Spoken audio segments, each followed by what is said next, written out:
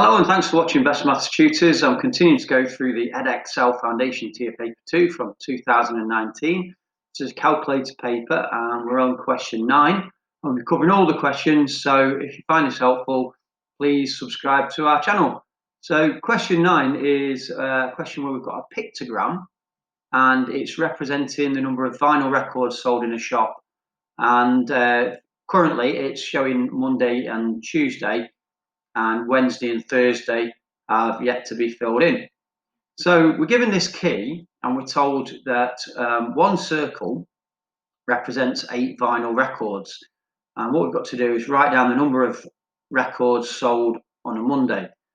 So since each one of these circles, if we look at the Monday one, since each one of these circles represents 8 records, you see that's 8, and that's 8. And if we were to add all them together, 8 plus 8 is 24. So that's how many were sold on Monday. If we add all them together. So we'd add all them together and that gives us that total. If we're looking at the Tuesday one now, well, we can see we've got 8 plus 8. And then we've actually got this, which is a quarter of the full circle. So we need to actually take a quarter of 8. Which is the same as dividing the 8 by 4, and so that would give us 2. So that quarter of a circle there represents 2 records.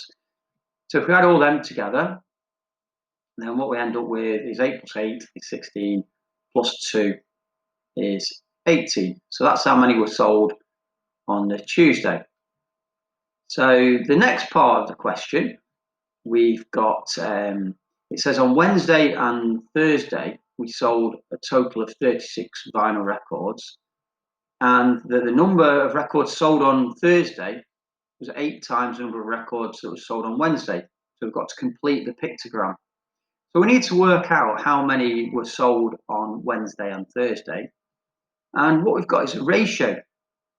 So we can see that the ratio of Wednesday to Thursday's sale must be, since the Thursdays is 8 times what the Wednesdays is, must be 1 to 8. And what we need to do is we need to split the 36 in the ratio 1 to 8. So the ratio that we've just discovered there.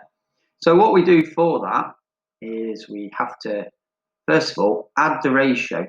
So first step is add the ratio,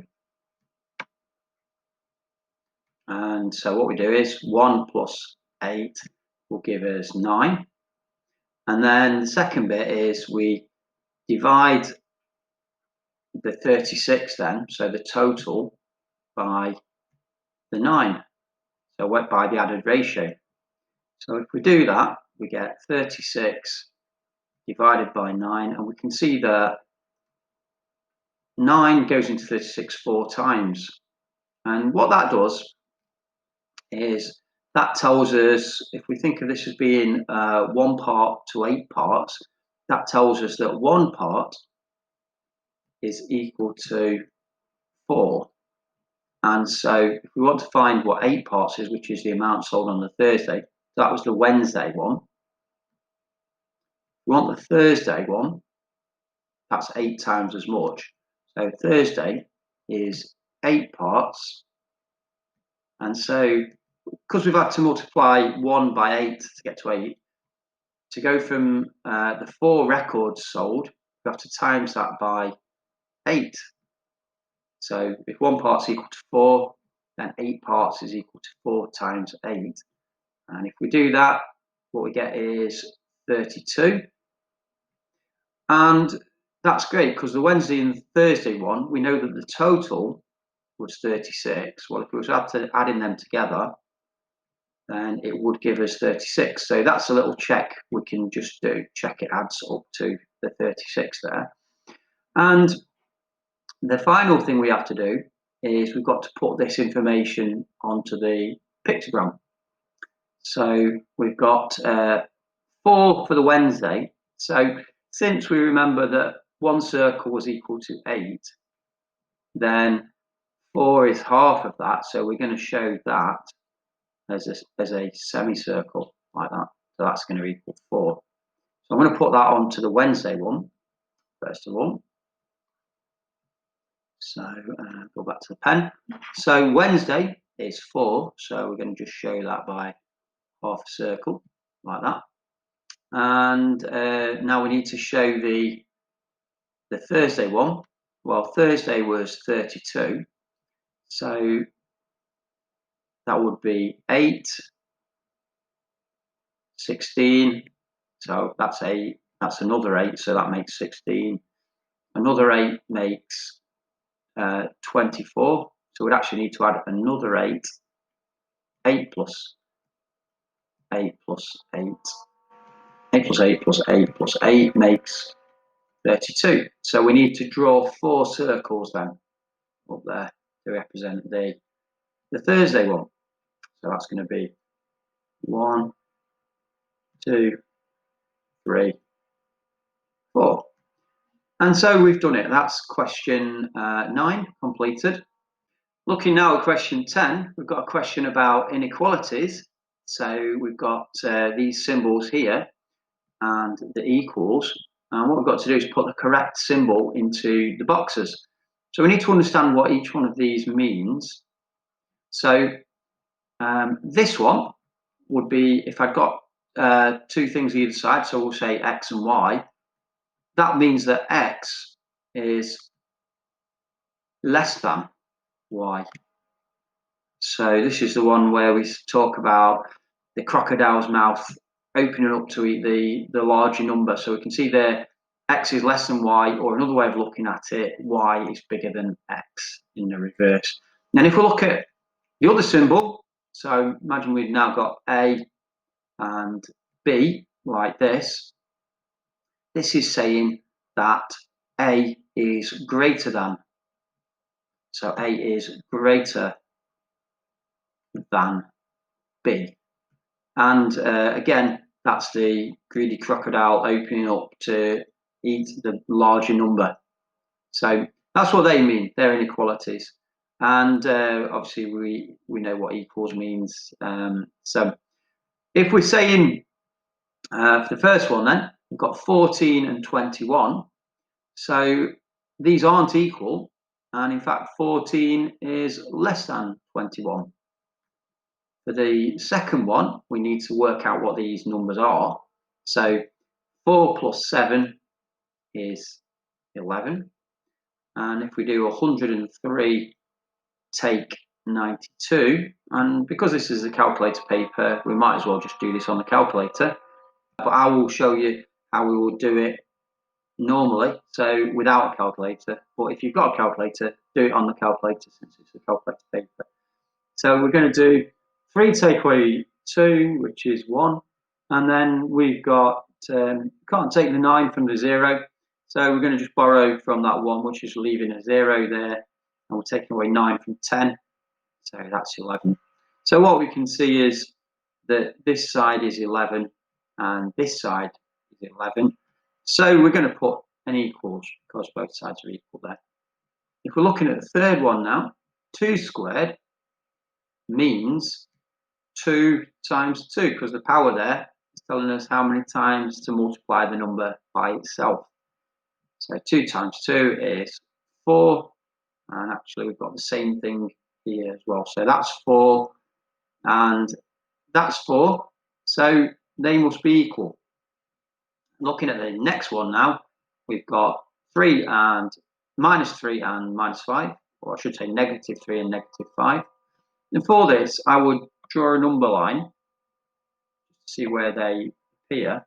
So if that's 0 there, 1, 2, 3, 4, 5, so minus 1, minus 2, minus 3, minus 4, minus 5, we can see that minus 5 is further over to the left. So that's there, and there's minus 3. So actually, minus 5 is less than minus 3. Or going from left to right, minus 3 is actually greater than minus 5.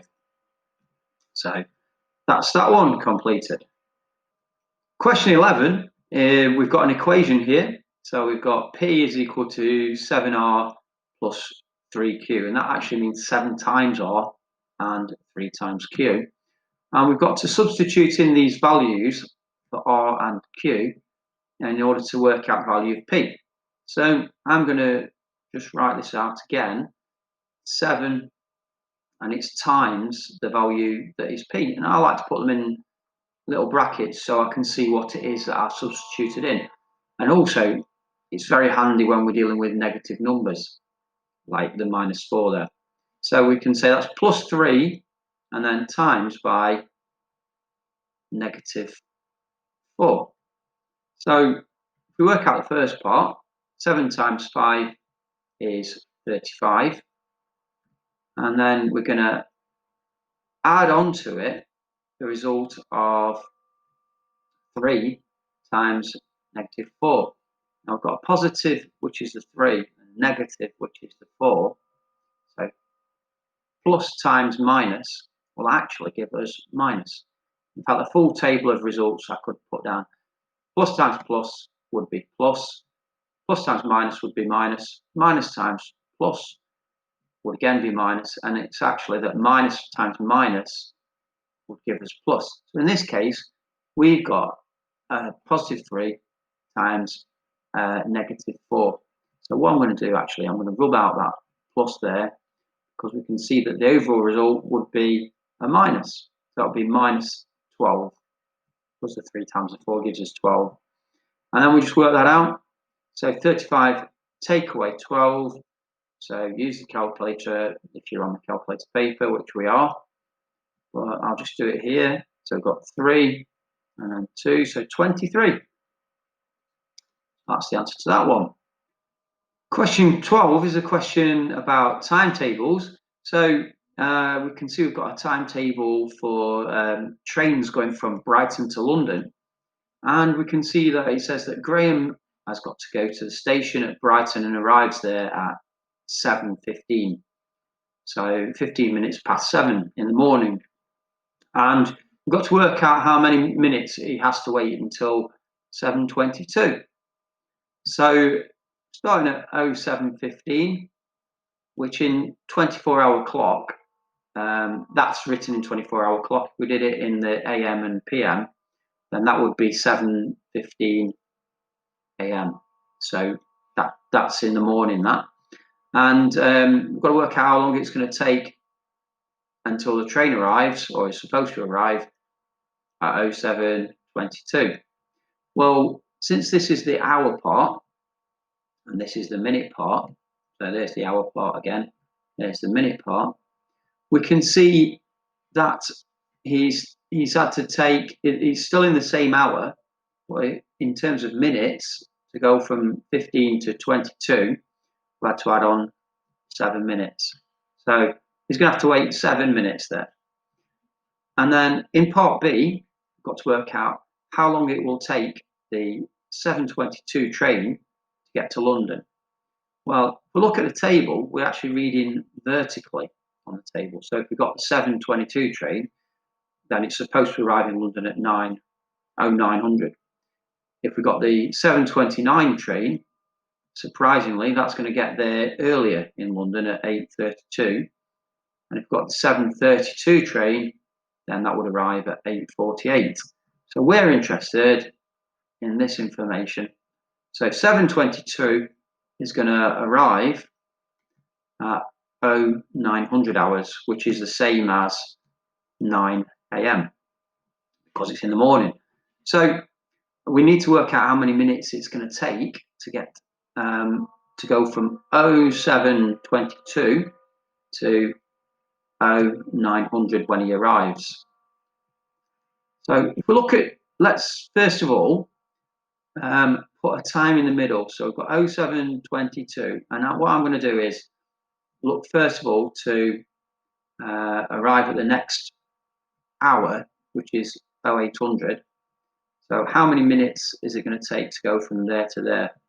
Well, to get to the next hour, we can see that we've got, we're at 22 minutes.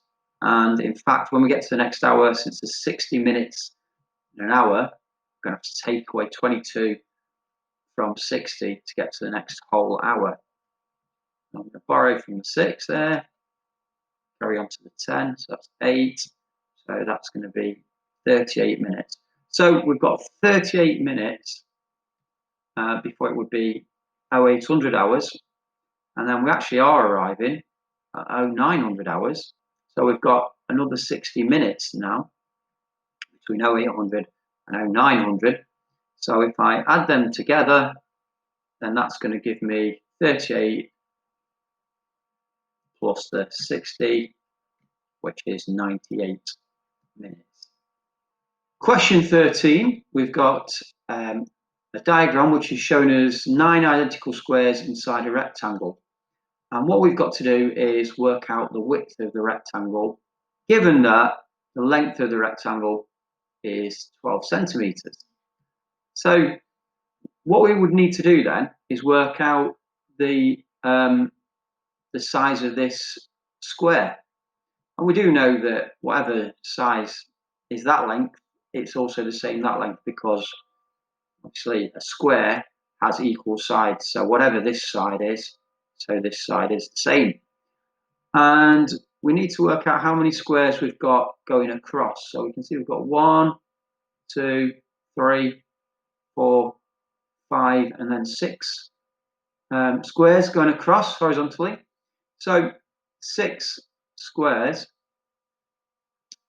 will equal 12 centimeters, or at least the side of one square. So that distance there, if we took 6 of them, so I might call that x actually. So 6x is going to equal 12 centimeters. And so if I want to know what the width of one square is, then I'm going to divide through both sides by 6. And so the 6's cancel there, and I end up with x equals 2.